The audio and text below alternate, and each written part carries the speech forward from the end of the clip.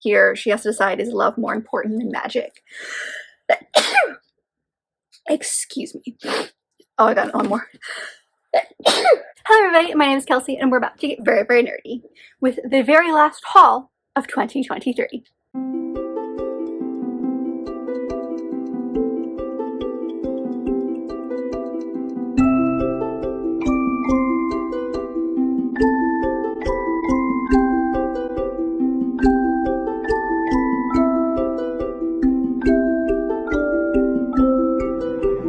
I'm kind of out of frame. Let's fix this real quick. So we have the last books to haul for you guys for the year. So I have the books that I have acquired in the months of October and November, because even though I wasn't reading, don't you worry, I still bought things. Now that I'm looking at this, a lot of these are actually subscription box books and or pre-orders that I got. So I don't actually have that many separately together. It's a pretty decent haul. But it will be the last one for the year, because anything that I do acquire in December, aka any kind of like Christmas presents that I get, I'll talk about in January. So I'll chapter this if you're curious what I got in October versus November, but let's just dive right in. So the first two books are the books that I received in, which one? The September Fairy Loot. Now I did actually film this, but it never made the light of day and I don't even know where the footage is. And then I definitely didn't film my October unboxing. So we don't have unboxings for these, but it's been a few months. So if you haven't seen what's in them or don't want to be spoiled, it's been a hot second before since I got them. So your warning if you want. But the book that came in the YA Fairy Loot is this one, which is absolutely beautiful, and that is If I Have to Be Haunted by Miranda Sun. And it says, your first love will always haunt you. And I just love this cover. Well, okay, first off, you guys know I'm a huge fan of all things floral. So this cover is just absolutely beautiful, but I like the haunted and how at different like angles it's you can kind of see it and kind of not. So this book follows our main character. I'm gonna say Kara. It's C-A-R-A, and although I've only ever seen that name K-A-R-A, I know that's a lot of people how that pronounce it. So Kara has this ability to talk with the dead, and she like is able to see spirits and things of that nature. But she's trying to focus on graduating. She's a senior in high school and she's really trying to focus on her studies and everything that she needs to do in order to graduate, get the extracurriculars she needs for college, that kind of thing. So she ignores all the spirits around her, except for this one guy named Zach, who is the super popular, newly dead kind of golden boy, and he wants her to resurrect him. And she's like, great, I'm in this rock and a hard place kind of situation.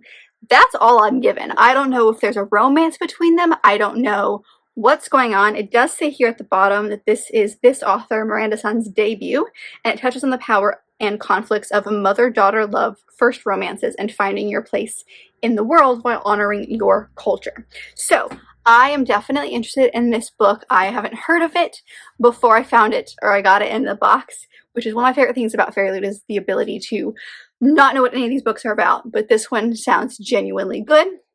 So hopefully we will get to this one kind of soonish. And then we also have the book that came in the adult Fairy Loot, and that one is Son of Blood and Ruin, and this is by Marley Lars, maybe. I'm not entirely sure how you would pronounce it. So this synopsis seems a little bit, I won't say all over the place, but there's a lot of aspects to it. So it takes place in this ancient city, this empire, and it is like the people who live there are kind of afraid to speak the gods' names and things like that, but there is a masked vigilante named Pantera. It turns out that this person is one and the same with this woman named Lenora, who is the glittering jewel of the court and is promised to a Spanish heir. She is thought very highly of as like a high lady. She faints at the sight of blood and would never ever touch like a sword or anything like that. So she is happy about this because she's got the whole world fooled. She's got this like alter ego. But then there is this prophecy, this ancient prophecy of destruction that threatens her, and she's forced to decide to surrender the mask or her life. So it's giving like almost I want to say Zorro vibes, because isn't he like a masked vigilante and things like that? I don't know, there's just something about it, but it's definitely Spanish inspired in some way. I don't know anything about this book, never heard of this book, so excited to get to this at some point. The next two books are books that I got in my book of the month. These were ones that I definitely picked. I picked them in hopes I would read them in November. Haha.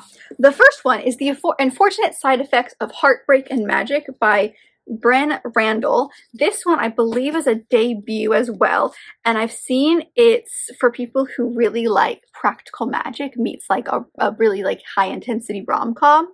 It says it's a charming debut novel that explores the shields we build around our hearts to attain our own magic. So this follows our main character, Sadie, and she has this, it says here that she's always believed that the curse of 4 heartbreaks that accompanies her magic would be worth the price until it starts happening. So her grandmother is diagnosed with cancer, so she is trying to survive that, and kind of like this grandmother was like the matriarch of the family. She really kind of like ran everything. So you've got that. Then this guy that she was her first heartbreak, Jake, comes back to the town, and then her brother comes back to town, bringing with him some buried secrets of the family, and some stuff goes on with him. So there's just like one heartbreak after another, but it seems like it's practical magic in a lot of the vibes of this. You've also got a romance and like a rekindling romance between her and Jake. And then it says here she has to decide, is love more important than magic? So I picked it up because I do enjoy, like, I'm not like obsessed with practical magic as a movie, but I do enjoy it. It's not like wanting to read it or like watch every single Halloween season. It's not a book that I feel like I need to read, but I do enjoy it, and this felt like something fun. I liked the debut aspects of it. It seemed like something that would be really good for the witchy season, so that's why I picked it up. It also just sounds really good, and then of course I didn't get to it, unfortunately. So next year, I don't know, we might have like a fall in the spring and I read a bunch of witchy books that I wish I'd gotten to. We'll see. But that's when I picked up. And then I also really wanted to get The Collective, which is by Allison Galen, and it says no killers go unpunished. This reminded me of a book that I had a long time ago that has a very similar plot, but it was like YA. So we follow our main character, Camille, who is grieving and angry because 5 years ago her daughter died, and she's obsessed with the privileged man that she believes is responsible for her daughter's death. And so her kind of rash actions, I'm assuming she probably like stalks this man or does stuff like that, attracts the attention of this group that's called The Collective. And it is a group of women who are all in very similar situations to her, where justice has failed them in some way. And so they are out to get revenge on the people who they believe are too privileged for the system, and the system is doing them wrong, so they're going to take justice into their own hands. And she can't figure out if this is like a, you know, role-playing kind of situation, or if these women are actually killing people. And so I'm leaning towards the actual killing people part. And so then of course she's got that whole like moral compass kind of in her head, like, is this good or bad? Should I be doing this? You know, that whole conversation of like justice. So it's very similar to, like I said, a book that I can't remember the title of it, but it came out a few years ago. It's a YA book where there's the group of women who did very similar things.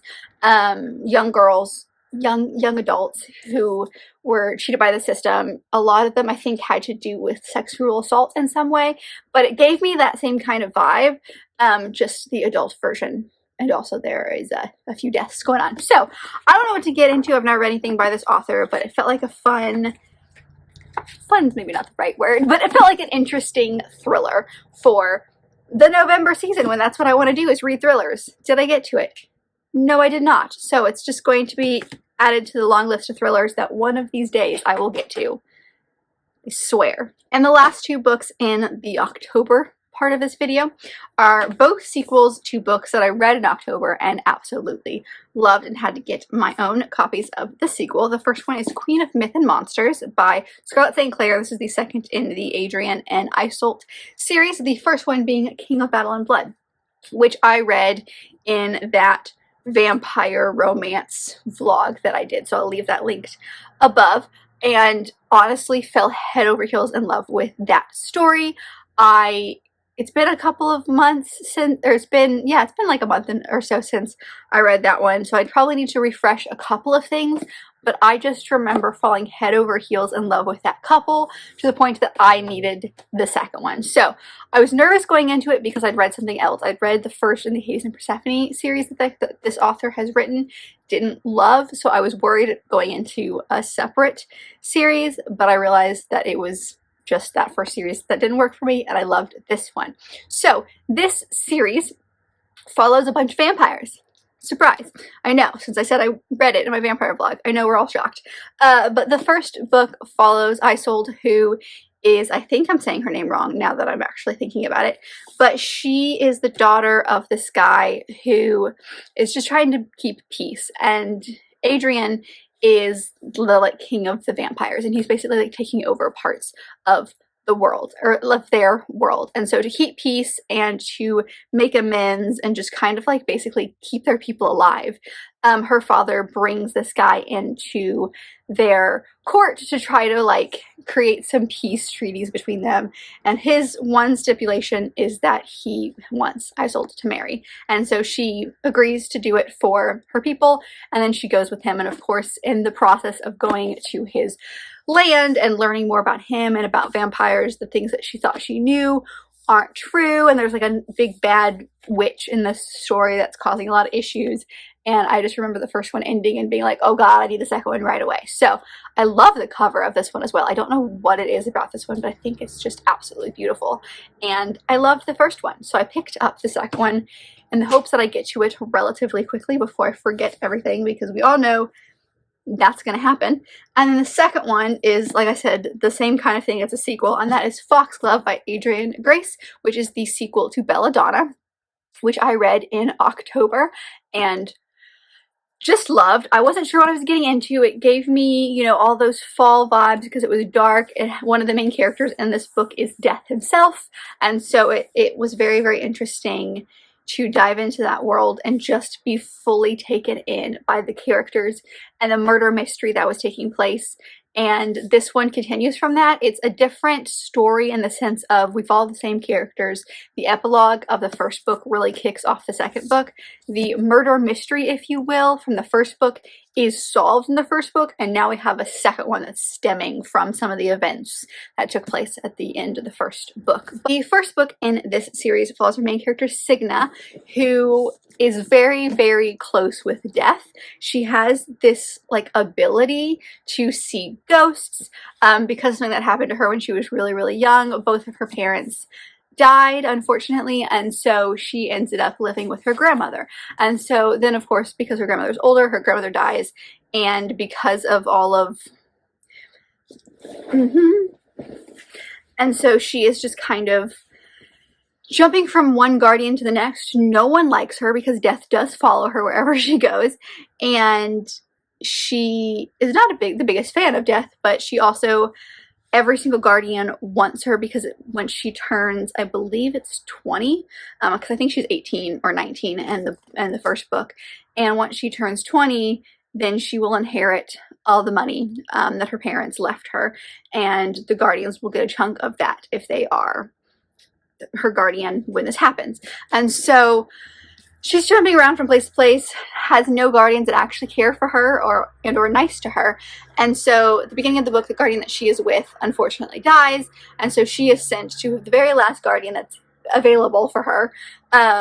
And it's like this long lost cousin, and it's at this place called the Hawthorne Estate. It's him, and he is grieving the loss of his wife who has died recently, and his daughter who is sickly with the same illness that they believe killed the wife. And there's also a brother as well who's just kind of like you're like a son of the cousins who is just kind of like taking over and trying to keep everything afloat, because the cousin slash father slash husband of the woman who died is like falling apart basically. And so while she's at this house, like I mentioned, she can see spirits, and she ends up running into the spirit of this dead cousin, and she is basically tells Signa that her death was not an accident. She believes that she was poisoned, and asks Signa to investigate and figure out what's going on because it's happening to her daughter. And so that's the whole point, is Signa gets really close with this stable hand who was helping her try to figure out who did it and what's going on. And then, like I said, some of the choices that were made at the end of the first book leads into the second book, and we see another kind of like murder mystery element here. So I loved that. I loved the first one. I loved seeing Signa kind of figure out all this stuff. We also have Signa kind of learning about some of her powers, because she's able to do more than she's ever been able to do. She's always been able to do stuff. She's just always kind of like pushed it down, and now she's trying to figure out some of her powers because it'll help her in her investigation. So we see her come into her powers. But I got the beautiful I almost said Fairy Loot. The first one I have is a Fairy Loot edition that I got in one of the boxes. This is just your standard UK cover, but I wanted it to match the edition I have because Fairy Loot uses the UK covers. So this is the UK cover of that. All right, jumping into November. The first two books, as I mentioned, were Fairy Loot books. They are the YA and adult books for October. Why do I get all of these wrong? So the YA book that we got is The Forest Grimm, and this is by Catherine Purdie. I always want to say Purdue, but there's no U there. And it says Once Upon a Dark Time. So this is like Dark Forest. It's giving me Little Red Riding Hood vibes because she's right there in a little red hood. So this takes place in this very creepy fairy tale kind of forest. There's this book that's called the Book of Fortunes, and its pages would reveal how to obtain the desires of the people in the village, but something went terribly wrong, and the branches of the Forest Grimm snatched the book away, and the village has now kind of withered away. And so the villagers have tried to make amends to the forest by having someone cross into the forest, but each time they never return. So despite warnings from people in her life, our main character Clara decides to embark on a journey into the deadly forest to try to figure out what happened to the book, and reverse this and try to save her mother and the village. I'm assuming something's happening to her mom. And she has a friend named Axel who decides to go along for the journey. So it's them traveling into a dark forest. I'm sure things will be not quite as they appeared, but it's definitely giving the fall kind of vibes, just with all of, like, I don't know about you, but when I think of fall, this kind of like fairy tale going into a dark forest is definitely a vibe that takes place during the fall. So that's the YA book, and then the adult book is absolutely beautiful, and that is the Hurricane Wars, and this is by Thea Gazone. Okay, this synopsis is very confusing, so I'm not entirely sure how to explain to you what this is about. But we follow our two main characters. We have a prince who wields shadows like a weapon, and he is from this place called the Night Emperors. It's like that side of the war. And then you've got a girl who was left on the steps of the Sardovian orphanage, and she can wield light and control light. And so the Hurricane Wars have been happening since God knows when. I don't really know why they're called that, but there's this war between the two of them. And so she has basically been tasked. I think she is working and is on the battlefields. I'm assuming she might be a soldier. It doesn't really say, but it says that they meet on the battlefield and that he has been honed by his father as this weapon. And so when he's on the battlefield, he sees her light, and his grandfather was slain by someone with the same power, which turned his father kind of into this monster. And so he is determined to kill her, but something stops him, and he doesn't actually go through with it. And so he can't believe that he let her slip through his fingers. But then it says something about a new horror emerges, and they might have to maybe work together to figure it out. I don't really know. It's a pretty thick book, so we'll see. I'm also not sure if it's the first in a series or if it's a standalone. I'm assuming it's the first in a series just because most fantasies are first in a series at this point. So I don't really know what we're getting into, but it's definitely like a hate to lovers, kind of enemies to lovers maybe situation, because they are on opposite sides. It's definitely shadows versus light magic, which is very interesting to me, but also this cover, mwah, stunning. So that's the other one I got from Fairy Loot. And then I did pick up, or my pre-order came in for this beauty, which of course is Iron Flame by Rebecca Yarros, which is the sequel to Fourth Wing. I'm sure many people at this point have read this. I have not, because I got it right at the beginning of like November when my slump was in like full force. So I haven't touched this because it's actually quite chunky. but also, like, I loved the first one so much, and I think I'm going to enjoy the second one equally, if not more. So I don't want to hinder my enjoyment by trying to force myself to read this book. It's also got black sprayed edges.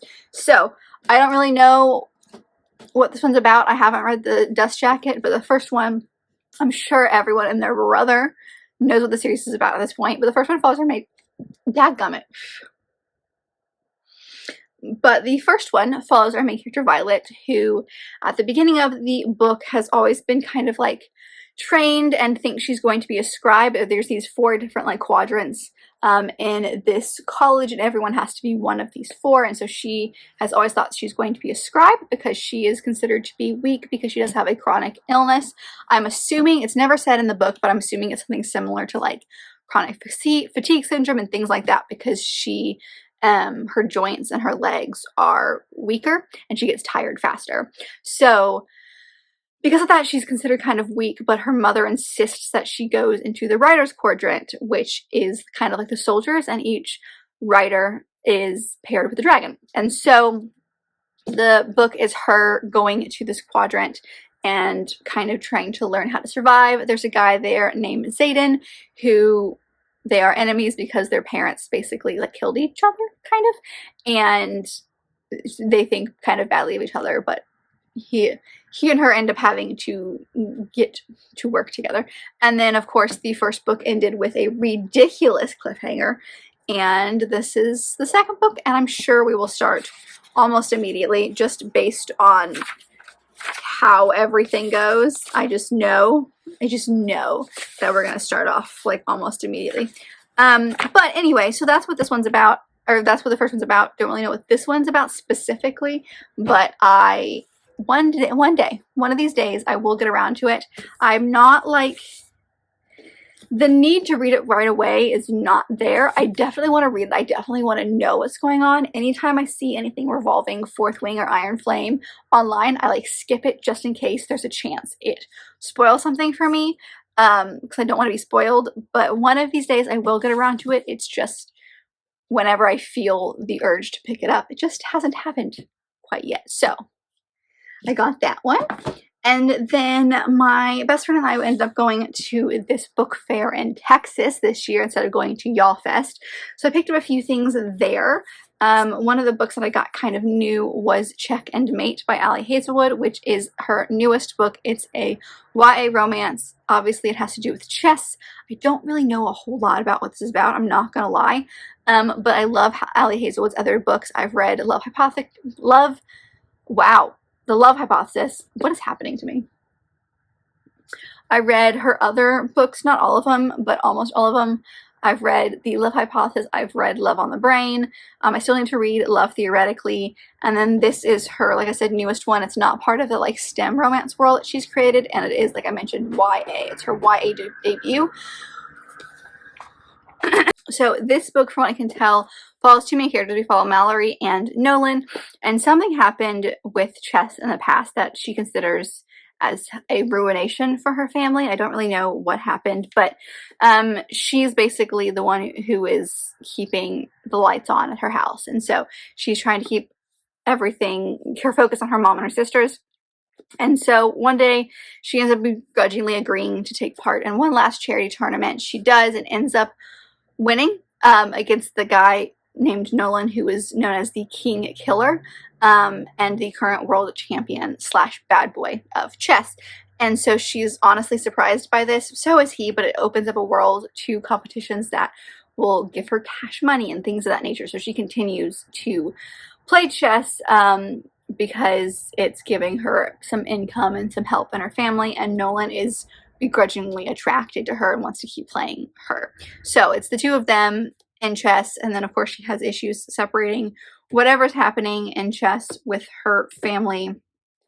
Don't know, but it's honestly, the author is why I picked it up, because I love Ali Hazelwood. And even though this is a YA contemporary, which I don't I kind of steer clear from recently, I enjoy her writing, so I'm definitely willing to give her a try.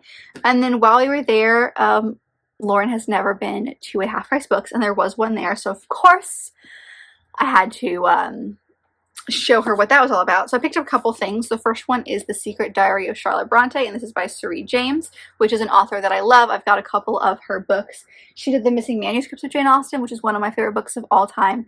I just think very highly of that book. And then she also did The Lost Memories of Jane Austen, which is kind of like a autobiography, if you will. And this one is exactly what it sounds like. It's a bunch of diaries that are written by Charlotte Bronte. And so it is, although it is written in chapters, so I'm curious how this is actually going to be presented. I assumed it would be presented in a like diary format, but it's not. Either way, I love this author, and although I'm more into Jane Austen than I am into the Bronte sisters, I really enjoy this author's work, and so of course I'm very interested to see what this one's all about. It's a historical fiction, and then I did pick up a middle grade, and that one is Where the Mountain Meets the Moon by Grace Lynn. I honestly don't know what this one's about, except for the fact that it is a book that's been on my radar for quite a while because of Gavin, and one of these days I will be doing a Bookshop Made Me on him, and this book will be in that. I thought it was going to be much sooner than, like, I was planning on doing it in November is what was happening, and that obviously didn't happen. So whenever I get to it would be great, but I picked this book up for that. Also, the chapters have these really beautiful illustrations at the top of them and things like that. But it is, I think, a fantasy of sorts, and I don't remember anything about this book except for the fact that he swore by it and said it was one of the most like magical books he had read at the time. So picked that up because of him, because it was like super cheap. And then my pre-order for For True Love by Stephanie Garber came in, which is the third and final book in the Once Upon a Broken Heart series. I love the first two in this series, and I'm really excited to see how the book and the series kind of wraps up here in the final book. I waited to get my beautiful Fairyloot edition so it could match the other two that I have, which are, you can't tell, but they're right there. So I have really enjoyed the first two. I read them both this year, so it'd be really cool to finish out the year by reading this one. It is on my TBR, as you guys probably have seen, but we'll see. Again, the reading mojo is very slow at the moment. So we'll see if I get around to this one, but I finally picked it up. Or no, I ordered it a while ago, but it finally came in the mail. But this series follows our main character, Evangeline Fox, who in the first book is convinced that the guy that she has fallen in love with, who is about to marry somebody else, is not marrying him of his own free will. So she goes to one of the fates in this world, Jax, who is the fate of broken hearts, and asks him to stop the wedding at all costs. And he says, I will do that if you will do a couple of things for me. So she has to end up doing 3 tasks, kind of, for him. I mean, the tasks involve kissing somebody else, so it's like a weird thing. It sounds bizarre, but it makes sense in this world. It's way more than that. There's like a lot more to this world, but I have loved the first two. I was very surprised by how much I enjoyed the first one, so I'm excited to see how the series as a whole wraps up in this one. And the last 2 books are both books from Katie Roberts, because I'm part of her Patreon, and these are her most recent books that have come out. So I got 2 books. The first one is Hunt on Dark Water, which I believe is the first in a new kind of like pirate series that she's got going on, I believe. The other one's called To Kidnap a Princess, which I believe is also part of the same world series. I'm honestly not entirely sure what these 2 are about, but it's definitely pirate princess vibes. So I do love a good Katie Robert book. You guys know she's one of my favorite like smutty romance authors.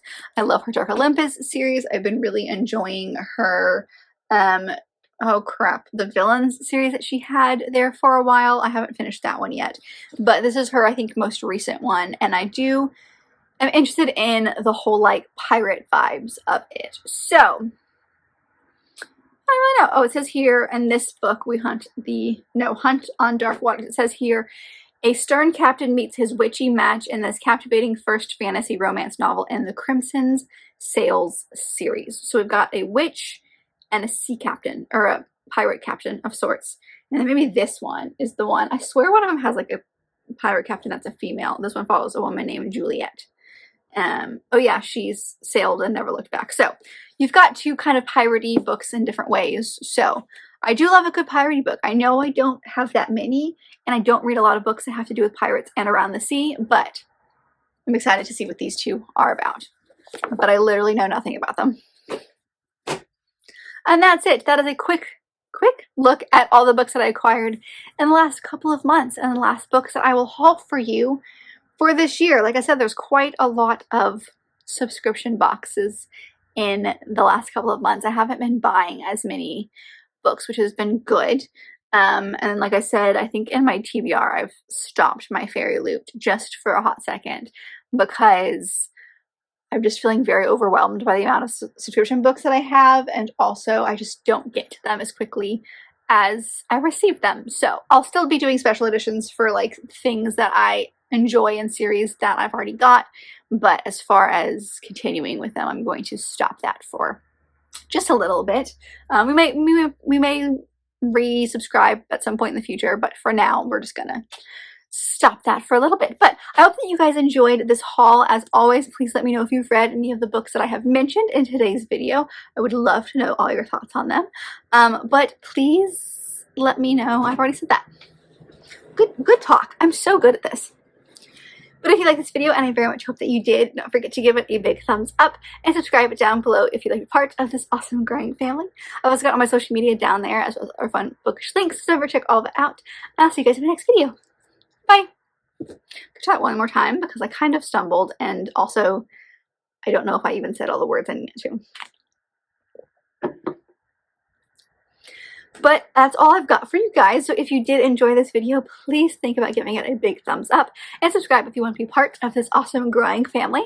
I've also got all my social media and other fun bookish links down below, so don't forget to check all that out. And I'll see you guys in my next video. Bye! What happened here? Did you see this? The sun came out in full force. Rude.